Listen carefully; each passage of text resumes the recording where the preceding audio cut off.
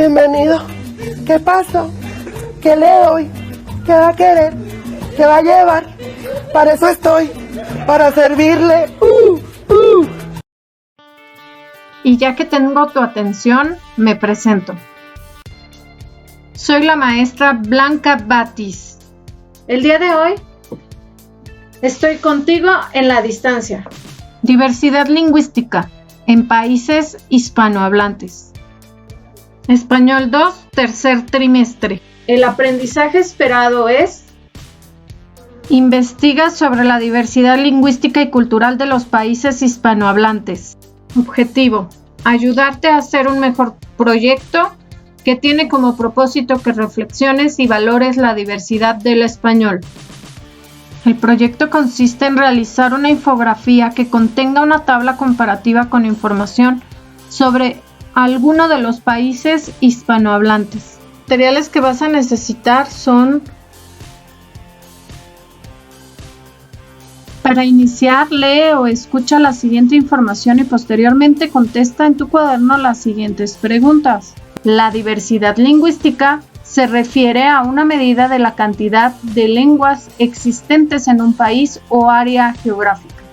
La diversidad hace referencia a la abundancia de cosas diferentes, la variedad y la diferencia. La lingüística, por su parte, es aquello perteneciente o relativo al lenguaje. El sistema de comunicación que nos permite abstraer y comunicar conceptos. O la lengua, el sistema de comunicación verbal propio de los seres humanos.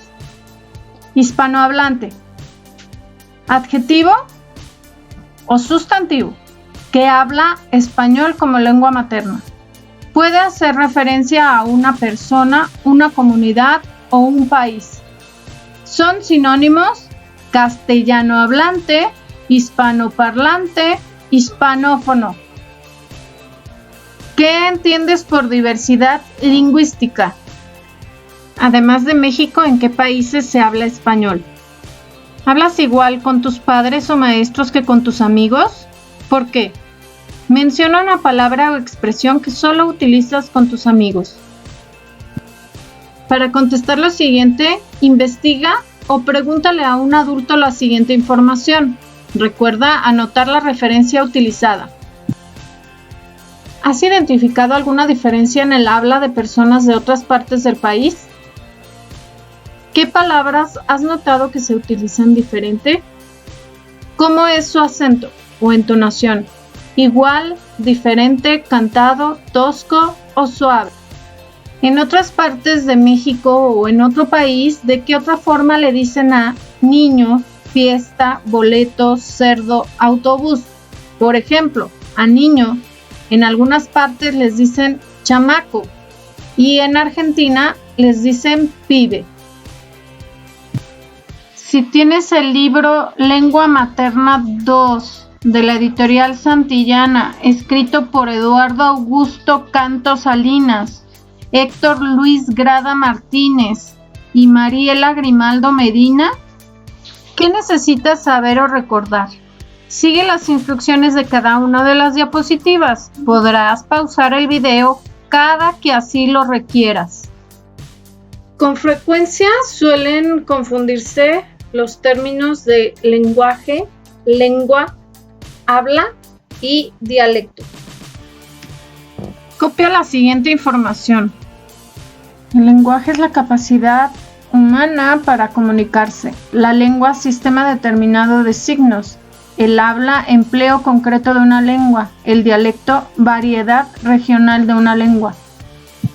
Y recuerda, lo más importante es saber que el español es una lengua. En un mapa del mundo, a blanco y negro, con división política y con nombres, colorea los países donde se habla español. México, Venezuela, Colombia, Ecuador, Perú, Bolivia, Chile, Argentina, Uruguay, Paraguay, Guatemala, El Salvador, Costa Rica, Panamá, Nicaragua, Honduras, Cuba, República Dominicana, Puerto Rico, España y Guinea Ecuatorial. Tomar notas. Variación lingüística. La lengua tiene variaciones principalmente de tipo léxico, aunque también hay variaciones fonológicas. El léxico se refiere al vocabulario, fonológico se refiere al sonido. Para ejemplificar lo que es la diversidad lingüística, debemos revisar las diferencias que existen entre el español de los países hispanohablantes. Una de las principales diferencias va a estar precisamente en el uso de pronombres. Recordemos que los pronombres son los que están en lugar del sustantivo. Entonces, si revisamos la gramática de otros países hispanohablantes, podemos ver que en lugar del tú van a utilizar el vos, en lugar de ustedes van a utilizar vosotros.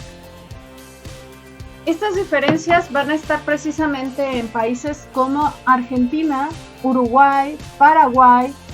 En algunas partes del sur de México también podemos encontrar estas diferencias, en Guatemala y Costa Rica. En España también es utilizado el vos o el vosotros. En un video titulado "Cómo hablar como un argentino", nos muestra el chico que lo hace las principales diferencias entre el español de México y el español de Argentina. Utilizan el tú por el vos, ti por vos, eres por sos, tienes por tenés, quieres por querés, dime por decir, decime, puedes por podés, dices por decís. El poeta Mario Benedetti, en su poema Táctica y Estrategia, da muestra de estas diferencias lingüísticas entre el español de México y el español de Uruguay. Aquí vemos cómo utiliza en la primera estrofa de su poema el verbo sos en lugar del verbo eres. Eli Álvarez, en Variantes Lingüísticas, nos habla más a fondo del tema.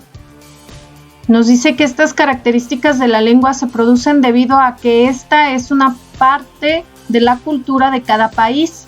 Por lo tanto, es un fenómeno dinámico que está en continuo cambio.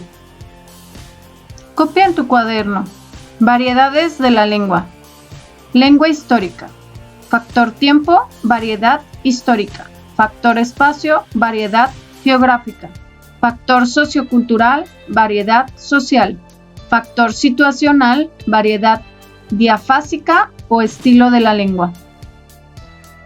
La variante geográfica tiene mucha relación con las diferencias que vamos a encontrar en el español cuando vamos a un país y a otro, o incluso en mismo México nosotros podemos encontrar diferencias con las expresiones andar a pie, a pata, a gamba. Andar a pie lo usamos en México, a pata en Chile, a gamba en Argentina. Variantes sociales o sociolectos son las variaciones de la lengua basadas en la edad, en el sexo o en la clase social. Yo recuerdo que mi abuelita utilizaba la palabra pieza para referirse al cuarto. Muy probablemente en algunos lugares todavía se sigue usando. ¿Has escuchado cómo habla un doctor y cómo hablas tú? A eso se refiere esta variante. La variedad histórica o variante diacrónica se refiere a que la lengua va a cambiar con el paso del tiempo. Desaparecen algunos conceptos. A continuación veremos un ejemplo. En algunos lugares se referían a la botica como farmacia, a la cerveza como pilsener, a la fiesta como malón, al refrigerador como frigider, a lo buenísimo como descueve. Si tienes el libro mencionado anteriormente, puedes leer, subrayar y tomar notas de los textos ubicados en las páginas 208, 210, 212, 213, 215, 218 y 219. Esto es opcional, no es necesario que lo hagas, solo si quieres trabajar más. Tomar notas. Infografía. Recurso gráfico que resume de manera sencilla y atractiva gran cantidad de información en poco espacio. Las tablas comparativas pueden tener diferentes usos. Por ejemplo, para registrar información acerca de los cambios históricos, para comparar información según dos o más fuentes de información, para comparar información y ejemplificarla, para nombrar, organizar y comparar varios aspectos de un mismo elemento.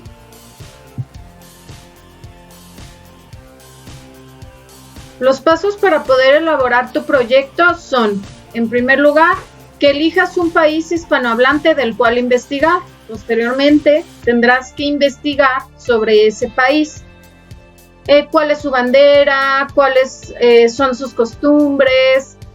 ¿Qué lugares turísticos tiene? ¿Cómo es su cultura en general? ¿Algún dato importante o curioso que te llame la atención de ese país? También tendrás que buscar de 2 a 4 imágenes o dibujar algo sobre ese país. Después vas a tener que tomar notas o imprimir sobre tu búsqueda. Recuerda anotar la referencia bibliográfica. Posteriormente, buscar autores que sean originarios de ese país o que residan ahí, es decir, vivan ahí. Buscarás un texto que haya escrito el autor que tú elijas. No vas a buscar un texto de todos los autores que encuentres. Tendrás que elegir uno y después de que tengas el texto vas a subrayar palabras que se usen de manera diferente o que tú no conozcas. Luego buscarás el significado en un diccionario para que puedas registrar el significado en tu cuaderno. Finalmente, te recomiendo que hagas primero un borrador de la infografía con una tabla comparativa. Recuerda escribir fuentes utilizadas, es decir, de dónde obtuviste la información al final de tu infografía y tabla comparativa en limpio. A continuación te voy a mostrar algunos ejemplos de cómo puedes hacer el borrador y finalmente el proyecto. Esto les podría ayudar para poder hacer su infografía. En una hoja tamaño carta o en la cartulina que piensen usar, ustedes pueden poner al centro la imagen principal con el título y después ir ubicando por partes las imágenes y la breve información que pondrían. De un lado tengo la ubicación en el mapa, de otro lado tengo los lugares turísticos importantes, en la parte de abajo tengo autores y al centro puedo poner una cita de algún texto que me haya gustado y en la última parte sería poner la tabla comparativa de las palabras que se utilizan de forma diferente. De aquí abajo se ve un ejemplo de una infografía que tiene mucho texto en la parte de abajo. Unos ejemplos que vienen en el libro para que los cheques y posteriormente puedas hacer tu autoevaluación y que un adulto a la hora de ver tu infografía te la revise. Y ahora sí, te toca a ti. Si te ha gustado el video, te invito a que le des like y lo compartas. Me he llevado a tu maestra. Gracias por aprender y reír conmigo. Muchas gracias. Una edición más de Contigo en la Distancia. Realizado por la maestra Blanca Batis.